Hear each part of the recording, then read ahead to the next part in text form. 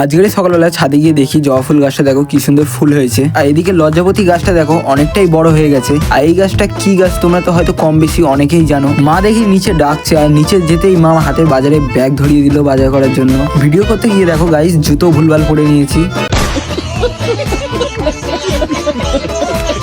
তো আমি বাজার করার জন্য বাজারে যাচ্ছিলাম, তখনই দেখি পাড়ায় প্রীতম দাঁড়িয়ে রয়েছে। প্রীতমকেও ধরে নিয়ে বাজারে চলে গেলাম। বাজারে এসে একটা দোকান থেকে দুধ নিয়ে নিলাম, আরো টুকটাক অনেক জিনিসই নিয়েছি। আর প্রীতম দেখো দোকান থেকে কি কিনছে, এখনো বাচ্চা বেলাকার স্বভাবই যায়নি। বাজার থেকে বাড়ি এসে দেখি কারেন্টই চলে গেছে। এর চেয়ে আর দুঃখের মতন জিনিস কি আছে। তো কিছুক্ষণের মধ্যে কারেন্টে চলে আসলো। আর মা দেখো টিফিনে গরম গরম খিচুড়ি করেছে।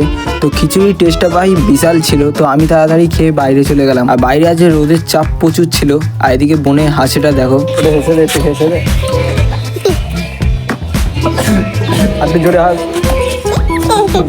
তো যাওয়ার আগে করে দিও সাবস্ক্রাইব। তো তোমাদের সঙ্গে নেক্সট ব্লগে আবার দেখা হবে।